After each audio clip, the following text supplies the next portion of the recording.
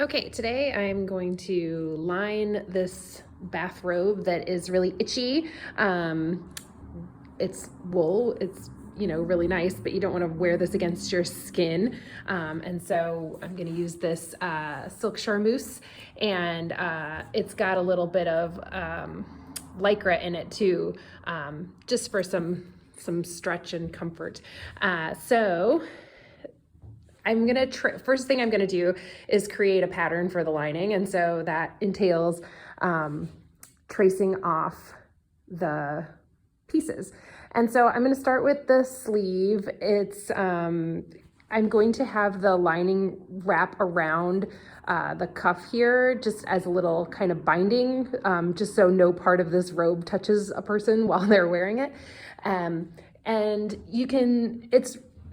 Having a plaid like this is really cool because, the grain line is very evident, and so we'll mimic the same grain line that's going on the garment when we lay out and cut the lining. You can see here at the armhole, there's a little bit of ease in this, and you can kind of tell that it starts, somewhere in this kind of area where the sleeve cap comes in and gets eased into there. So we'll put a little extra ease into the pattern as well. Okay, I got the sleeve laid out here. You can see I've put a couple of pins here just to hold this fold so that when I flip it over to trace the other side of it, I know the fold is in the same place. Okay, as you can see, I've used my pencil and my pokey tracing wheel to trace the front half of the sleeve off. You'll see when I take the garment away that I made a little mark where this easing kind of starts.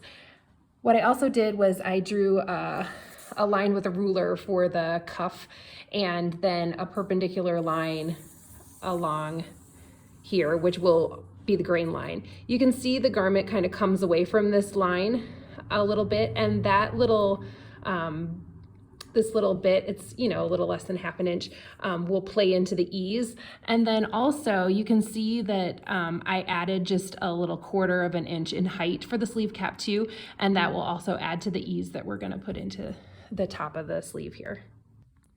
Okay, I flipped the sleeve over to the other side and repeated the same process.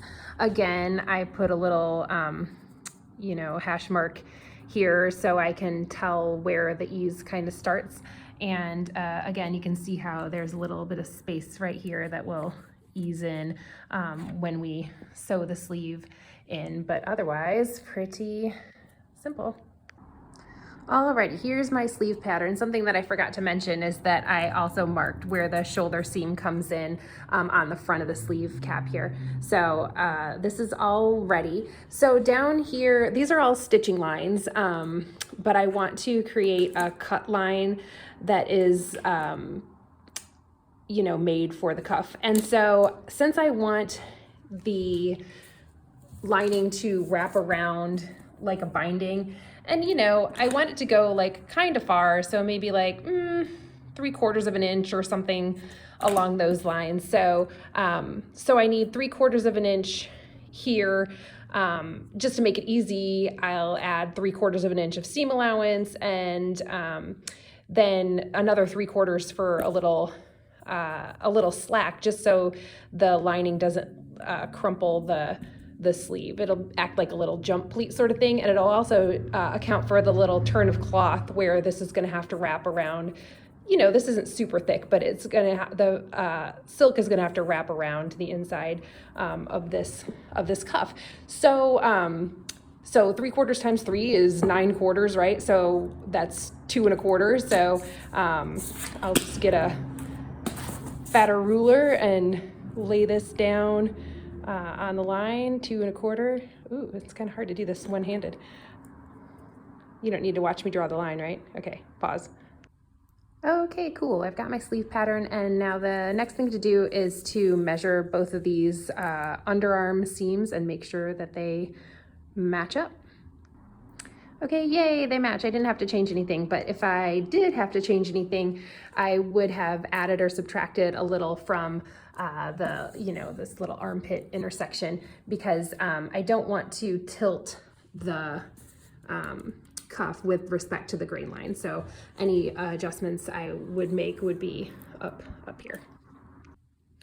Okay, moving on to the front. I've managed to cut the paper like 10 inches too short, so that's we'll just add it on because this bottom part is pretty straightforward. So what I'm going to do is I'm going to line this right to the edge until the kind of roll line, because the whole point of this is to keep it from itching the person. So we really don't want there to be any wool against the person's skin. It naturally folds back kind of on this line of pins that I've put in, and so it will be lined, just shy of this pin line in the lapel area. And I've also continued that pin line around to the center back. And what I will do is have a little piece that is just continuous from the top of this lining that will then sew together at the center back. So I'll show you that once I get this traced a little bit. Another thing that I noticed is that the underarm seam is forward of the side seam here. So I'll mark that on the sleeve as well as on the front here. And yeah, other than that, it's just going to be tracing using my little pokey wheel here in the ditch to make an imprint, and yeah, truing it up. All right, so we've traced off the front, except for the last 9 or 10 inches on the hem. Here is where the roll line starts, so lining it to the very edge below that, and then above that, this is that pin line that I had for the roll line on the lapel. Here, I don't know if you can see what's going on here, but I have this big tack tacked onto a little match point for this seam intersection. And then this is going to be the inside of the collar, the part that touches the person. Right here is the center back I have marked with a pin. And so I'm just going to trace this little extension onto the pattern so that it can be all one piece with the front, and then we can handle the back separately. All right, last piece, the back. Once again, I cut the paper too short, so there's that situation. And we will want to note that the shoulder seam, when we trace it, is right on the edge here, but it's actually folded under a little bit here, so the line will have to come out a little bit to be where it actually is, to show that it's actually underneath there. Okay, so now we're checking the pattern. So I've measured out all these seams.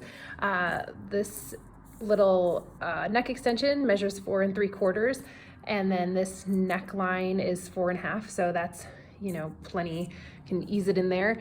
Back shoulder is 6, and the front shoulder is just a little shorter at 5 3/4, and that's just what we want. The armhole, we have 10 for the front armhole till we get to this little sleeve match. Then 2 3/4 adds on to the back, which is 9. So the back armhole is actually 11 3/4, which is great, because then we come over here to the sleeve cap and see that it's 12 1/4. So just about 1/2 inch of ease in the back of the sleeve. And then the front of the sleeve is 10 3/8. Front armhole is 10, and so 3/8 of ease for the front of the armhole. So just about an inch or so of ease there. Side seams are also trued up at 47 1/4. Both of them measured out, and I didn't have to change anything. But again, if I had changed, needed to make a little adjustment, it would have been up here in the armpit and not necessarily on the hem. Okay, we're ready to cut. So I've got my my grain line all checked on my sleeve and got some weights on there. I'll also weight down the back, which is on the fold, and I'm gonna put the hem, right against the cut line here, which will also be the cut line for the back. so that'll just make it a little bit easier. I didn't think this, having bought 4 yards, I didn't think this was going to be a tight layout at all, but it really is. The fabric is only about 43 inches wide instead of kind of 44 or more like it usually is. So there's not really a lot of opportunity for kind of squishing things in next to each other, like, you know, putting the neckline tucked into this area near the sleeve. So, you know, I'm just gonna do it this way. I already measured it out and it fits, but it's closer than I thought it would be, considering I thought I was buying quite a bit extra and I only ended up with a few inches extra. Okay, one more note about the cutting. I'm going to, as you know, I'm going to cut on the cut line for the hem of the sleeve and the hem of the back, but for everything else, I've got my little rotary cutter with a guide, and I've got this distance between the guide and the blade set to, you know, a fat 1/2 inch, not quite 5/8. So that's what the seam allowance that I'm going to use for the rest of this. Ready to cut the front. So this whole 9-inch situation, I made a little chalk mark here, and I'm just gonna cut this hem perpendicular to the center front, which is, you know, level. So it looks like we've got like 9 inches left over in this lovely charmeuse. So the rest is just normal. I'll make little clips for these matching points.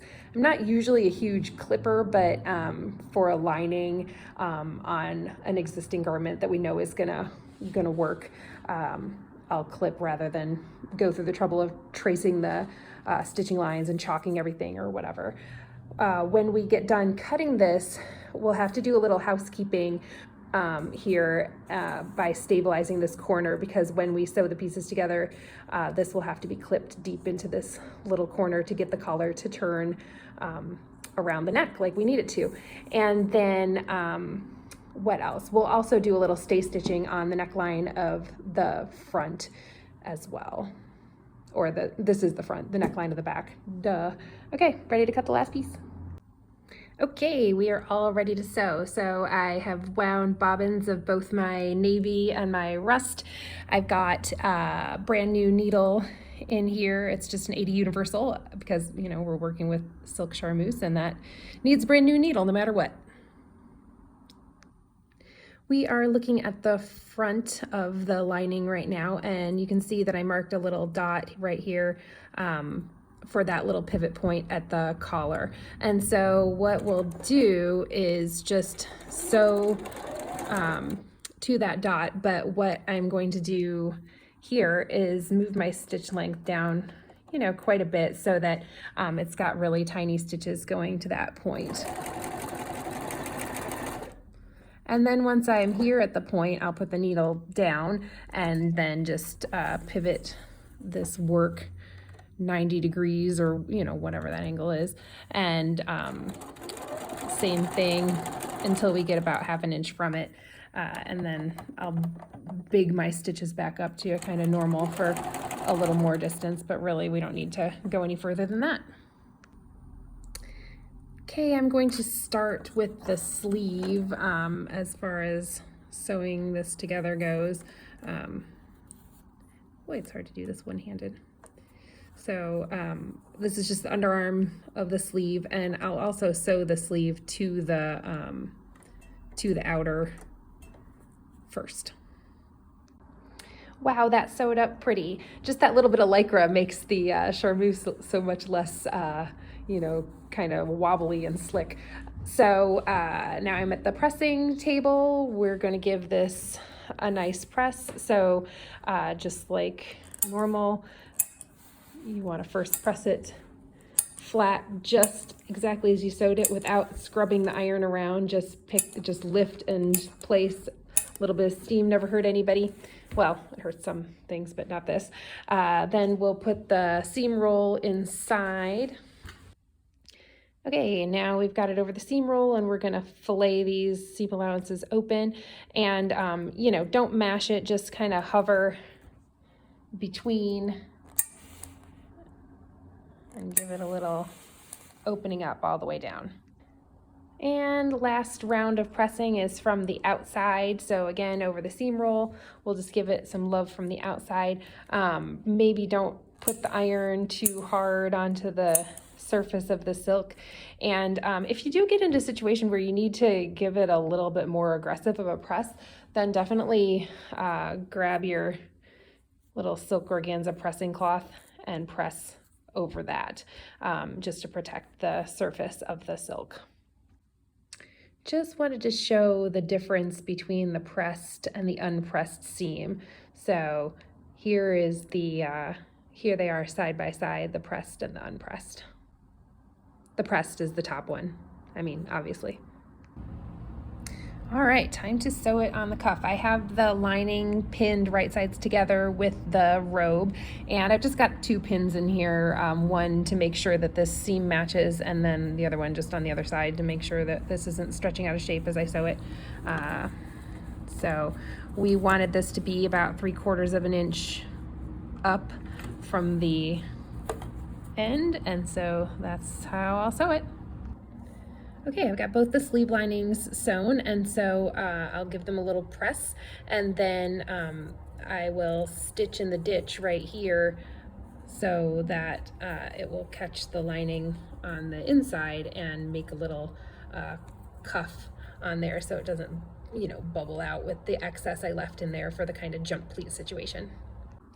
All right, I have this pressed, and I put a bunch of pins in here just so it would hold it while I showed you what we're gonna do, and that's stitch right here in the ditch to hold this around the cuff.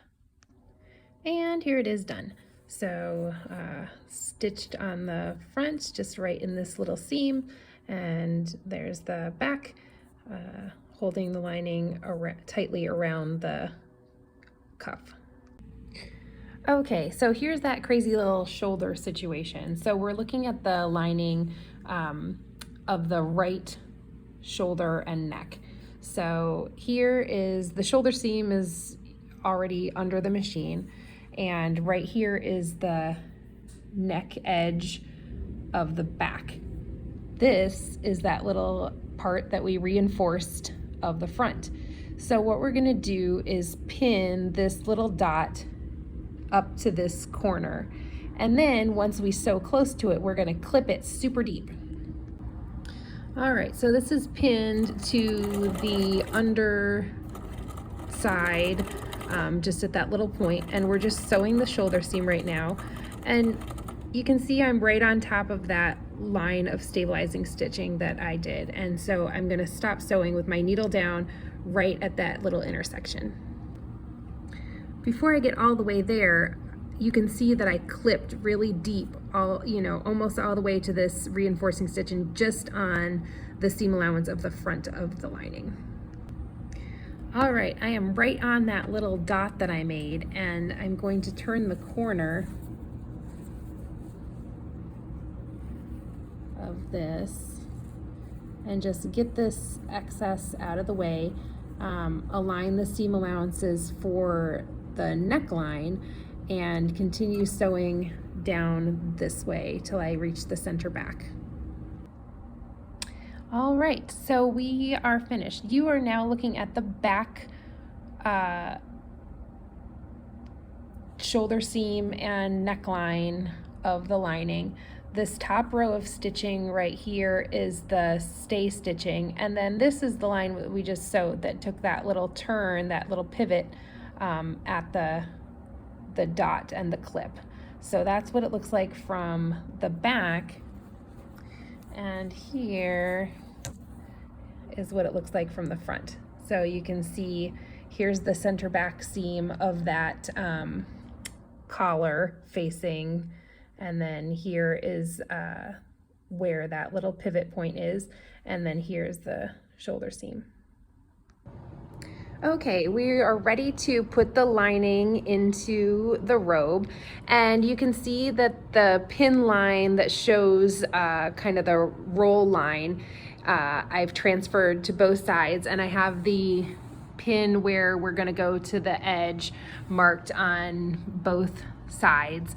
So I will take the lining and I will use these pins to just pin the lining on along this line. And then what I will do is sew just barely to the inside of the pins so that the lining lands like just over to the inside of those pin lines, that roll line. Another thing that I noticed is this has this hanging loop here. Well, obviously this is also itchy as hell, so I'm going to make a new loop made of charmeuse to just insert into the lining. I'll just leave this one here. It'll just live comfortably underneath the lining. So I've cut a strip of the charmeuse that is about an inch and a quarter, inch and a half wide on the, did I say on the bias? On the bias. And so I'm going to, this is for the little hanging loop. So I'll just sew with a very kind of smallish seam allowance, inside that little nook in the presser foot here. And I've also got my stitching on a zigzag stitch, not, a very, very subtle zigzag, and then just a regular construction stitch length. But what that will do, the bias is really stretchy, especially with Lycra. And so when the weight of the robe pulls on this, we don't want the stitches to pop because they are the thing that limits the stretch. So we want to be able to put a little bit of stretch into this up front so we don't have it shred out later. All right, so I've got that strip all sewn. I don't know if it'll focus on the stitching so you can see it. Anyway, it's got a little zigzag in it. This is about 12 times longer than it really needs to be. I'm just going to use this is so wide, I'm just going to use my hemostats to turn it right side out. So just, kind of clamp it here at the end, and then I should be able to, I should have tried this before so I wouldn't have an embarrassment. Oh no, it looks great. Okay, so here it is, and I'll just give it a little flattening and then pop it into the lining. Here's the loop. I opened up some little windows in the stitching on either side of the center back seam in the lining, and just pulled this through to where it was a reasonable length. And so now I will simply close these little windows back up, encapsulating the hanging loop in there. Alrighty, so I have this lining all pinned in all the way around. I decided to finish first of all, sew the side seams and finish the hem. This is just a 1/2 inch wide double turn hem, so it's an inch. And so I set it, about an inch and a quarter from the hem of the original garment, which was this was our cut line when we cut this out. I have a horizontal pin here where where we go from lining right to the edge to going along the roll line. So another thing to note is that I have switched the bobbin thread in the machine to be the brick color instead of the navy. So I've got the navy on the top because I'll be sewing the lining in from the top, but the stitching's going to show on the outside of the robe, and so we have a color that should blend nicely with that. I just wanted to show that sewing this big long section of the front that is lined all the way to the edge.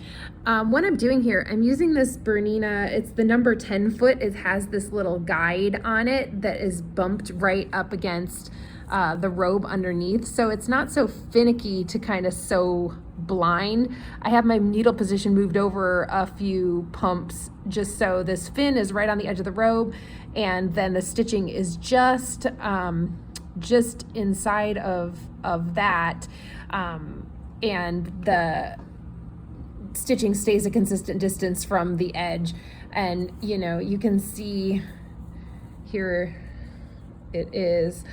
So you can see that top stitching, it's right near the edge there.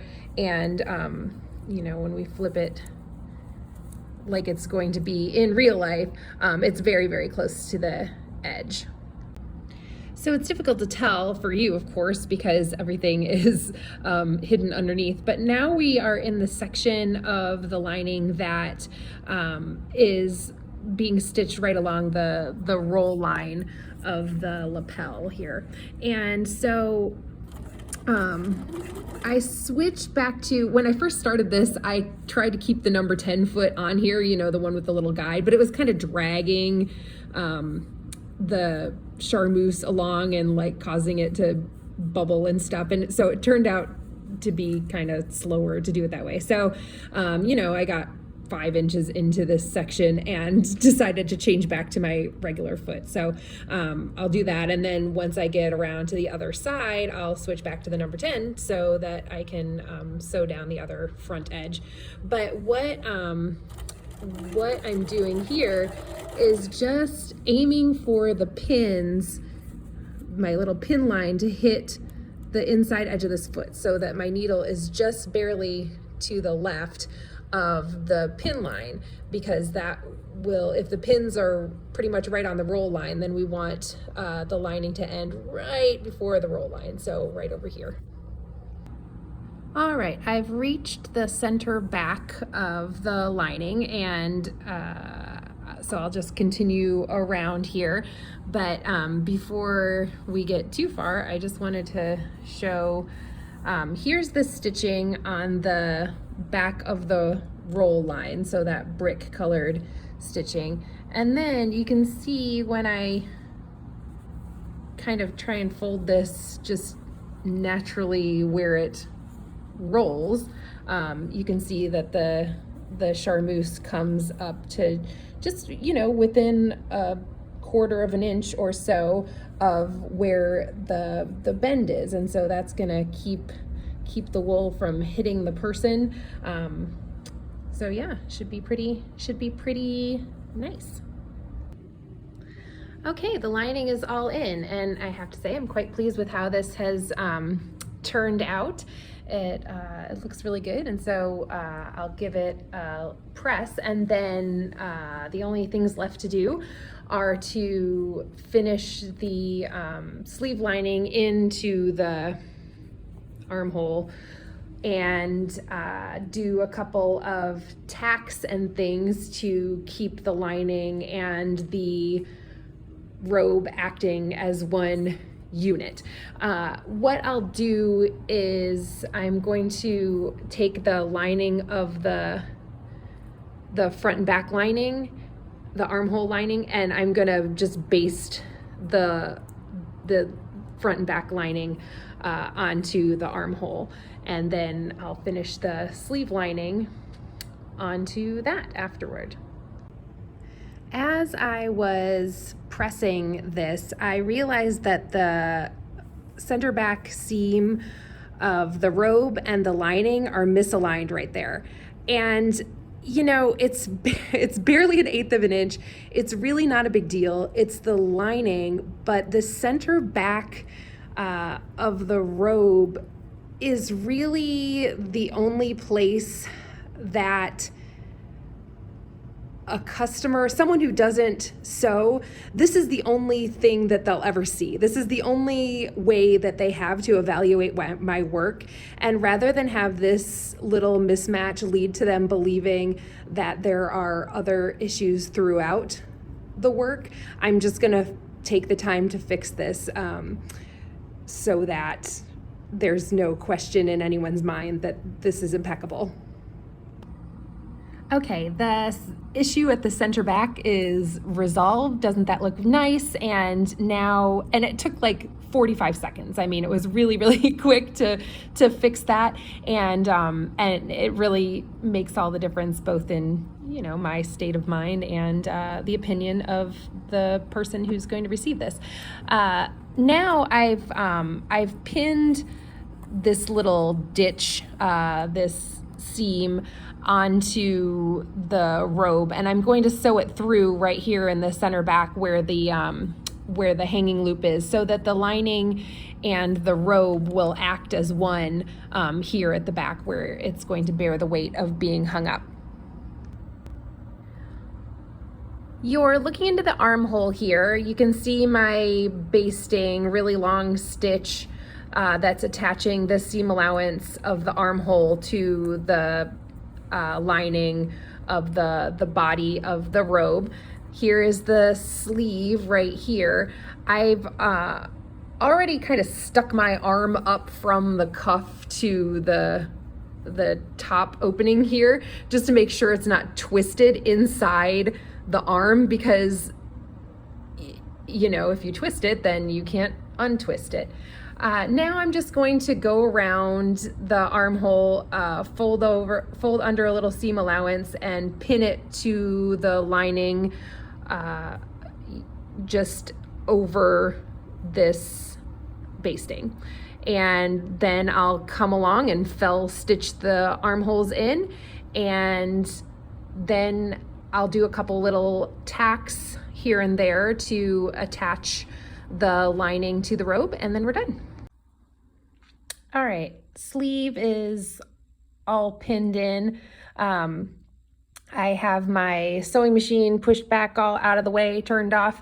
I have my work in front of me on the table where I can put my elbows on the table and not fatigue my body while I'm doing this. I've got a nice bright light just shining right directly on my work. And this is the underarm seam of the sleeve, but there's no, you know, you can start wherever. Again, doing this one-handed. This is a single thread, and it's only about, you know, it's the length of my, I don't know if you can see this. Oh, look at my raggedy ass cuff.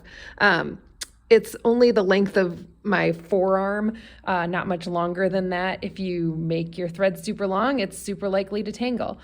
So I'm just gonna fell stitch this. So that means I'm gonna go through the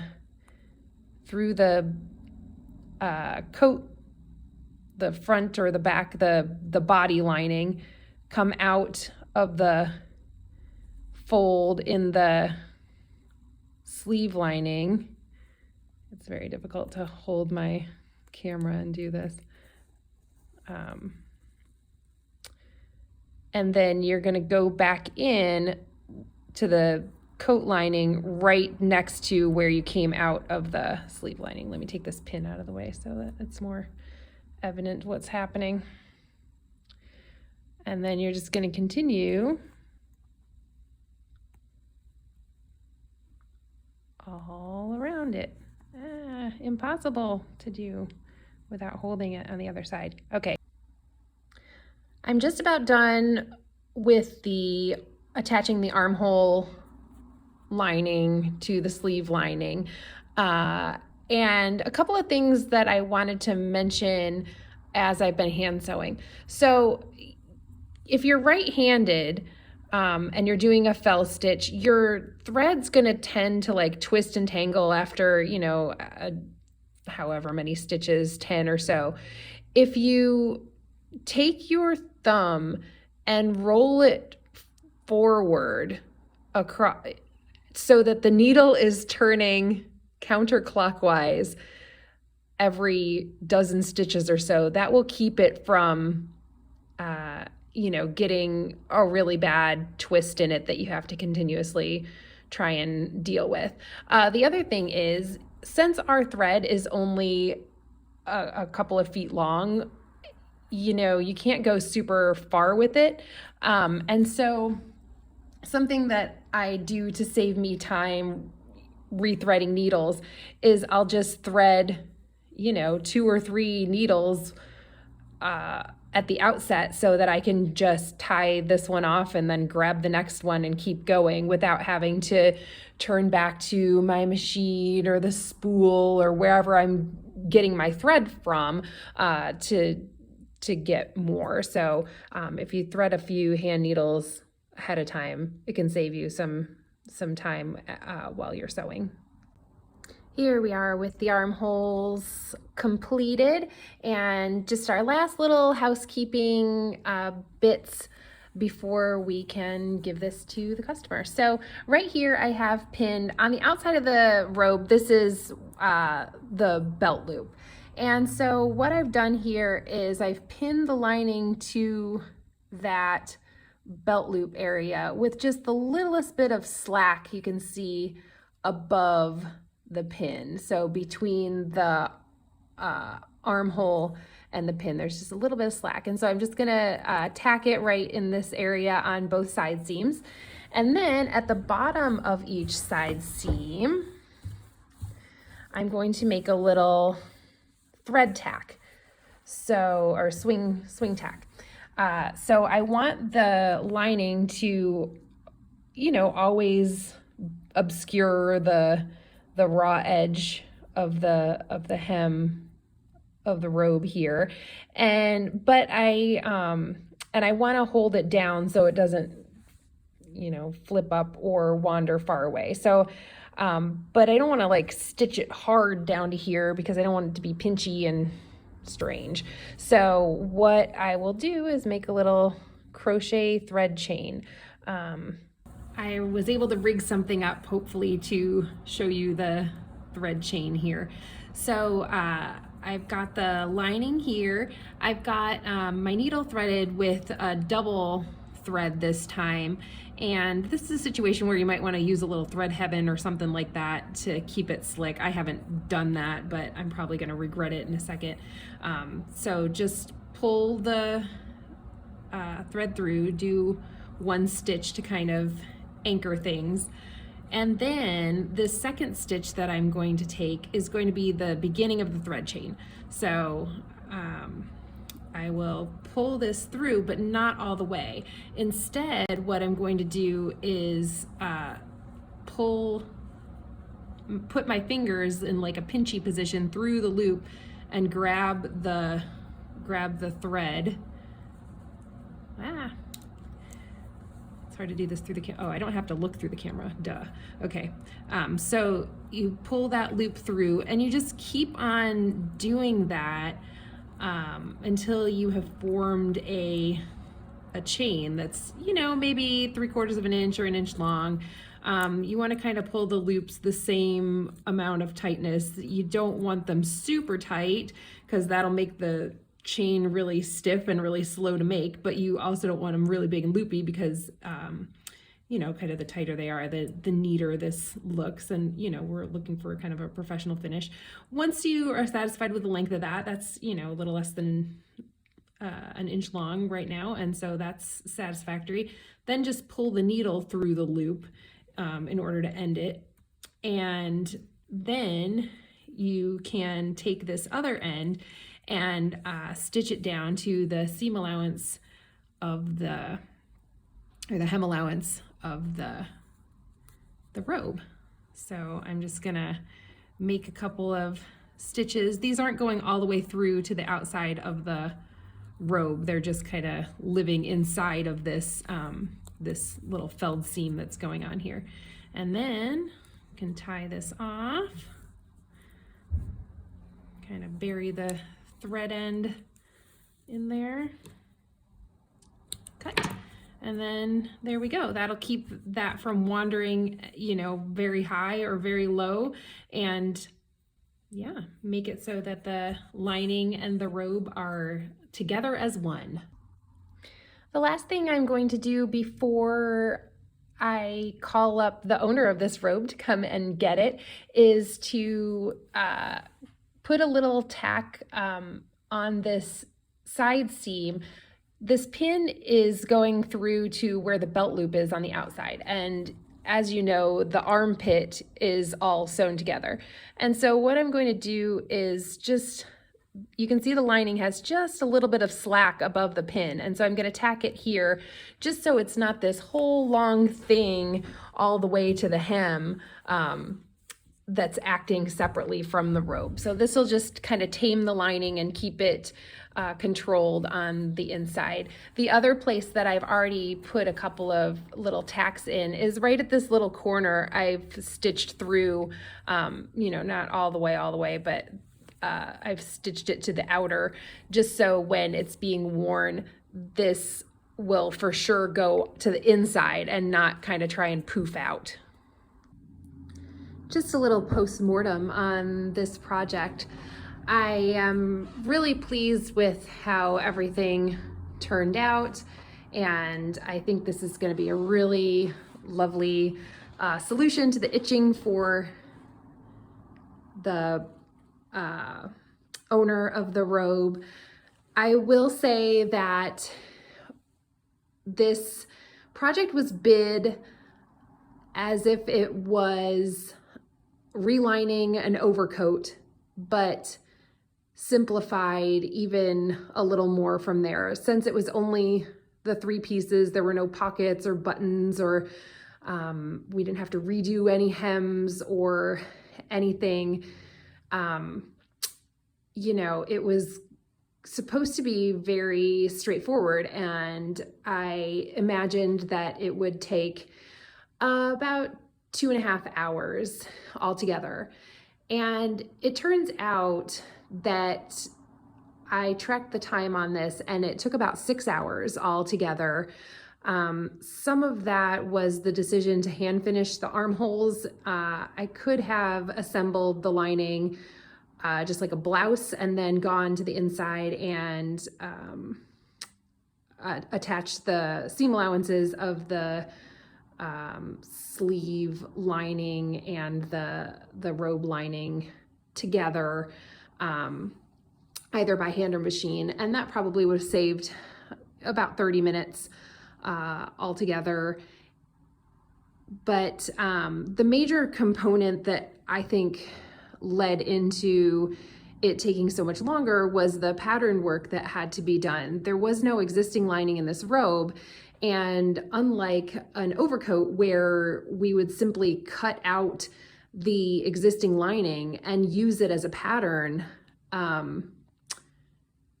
tracing the entire garment out onto paper and then cutting the pieces from there, took a lot longer than it would have taken just to use an existing lining as a template. So next time we do a project like this, we'll definitely put a little more time into the bid so that it's not so inexpensive for us to work. But otherwise, I think this is just wonderful, and I hope that he loves it. That's it.